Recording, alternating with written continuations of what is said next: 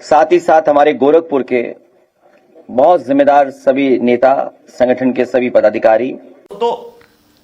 दोस्तों गोरखपुर में उत्तर प्रदेश सरकार द्वारा करीब 500 स्कूल बंद किए गए।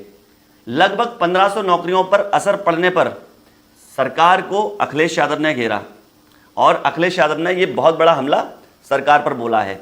समाजवादी पार्टी के नेता अखिलेश यादव ने कहा, सवाल उठाते हुए पूछा कि क्या शिक्षा व्यवस्था को मजबूत करने का यही तरीका है या इसके अलावा और कोई तरीका है। पहले अखिलेश यादव ने क्या बोला, पहले ये सुनिए। गोरखपुर में शिक्षा, जो बेसिक शिक्षा है, मान लीजिए भाजपा साल के 10 साल के शासन में 10 साल में इन्होंने प्राइमरी स्कूल बंद किए हैं गोरखपुर में। सोचिए, मुख्यमंत्री जी अपनी यूनिवर्सिटी बना रहे हैं, लेकिन गरीब जनता जो हमारी पीडीए है, जो गांव में सबसे ज्यादा गरीब समाज के हमारे लोग हैं, उनकी सबसे पहली सीढ़ी जो पढ़ाई की है उसको छीनने का काम कर रहे हैं। अभी तक जो जानकारी मिली है उसमें लगभग 500 प्राइमरी स्कूल मुख्यमंत्री जी ने बंद कर दिए अपने गोरखपुर में। 500 प्राइमरी स्कूल बंद हो गए हैं। तो केवल प्राइमरी स्कूल बंद नहीं होता है।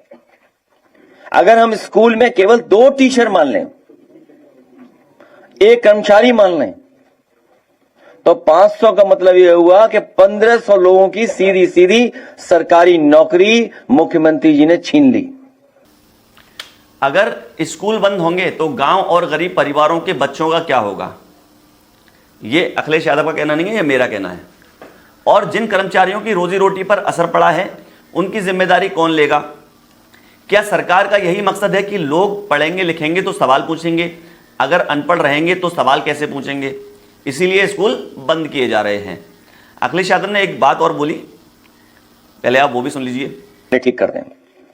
अपराध में, दलितों के विरुद्ध अपराध में देश में उत्तर प्रदेश नंबर 1 है और उत्तर प्रदेश में गोरखपुर नंबर 1 है। बताइए आप, देश के अपराधों में जो देश के आंकड़े आते हैं उसमें उत्तर प्रदेश नंबर 1 है दलितों के विरुद्ध, और उत्तर प्रदेश में गोरखपुर नंबर 1 आता है।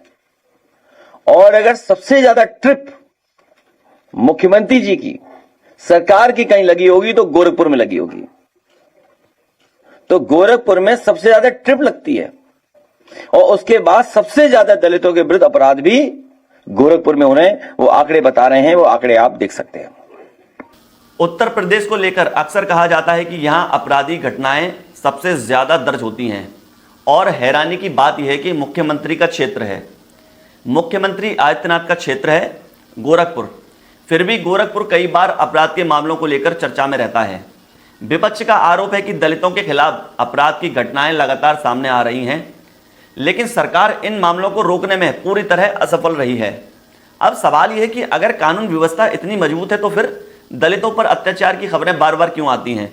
क्या सरकार अपराधियों के खिलाफ सख्त कार्रवाई कर रही है या फिर सिर्फ दावों और भाषणों तक ही सीमित है? एक लोकतंत्र सरकार की जिम्मेदारी क्या होती है कि हर नागरिक, चाहे वो किसी भी जाति या वर्ग से ताल्लुक रखता हो, खुद को सुरक्षित महसूस करे। यही होती है, खुद को बिना डर के, बिना खौफ के कहीं भी आ जा सके, अपने आप को सुरक्षित महसूस करे। लेकिन जब अपराध और भेदभाव के आरोप लगते हैं तो सवाल उठना लाजमी है। जय हिंद, जय भारत।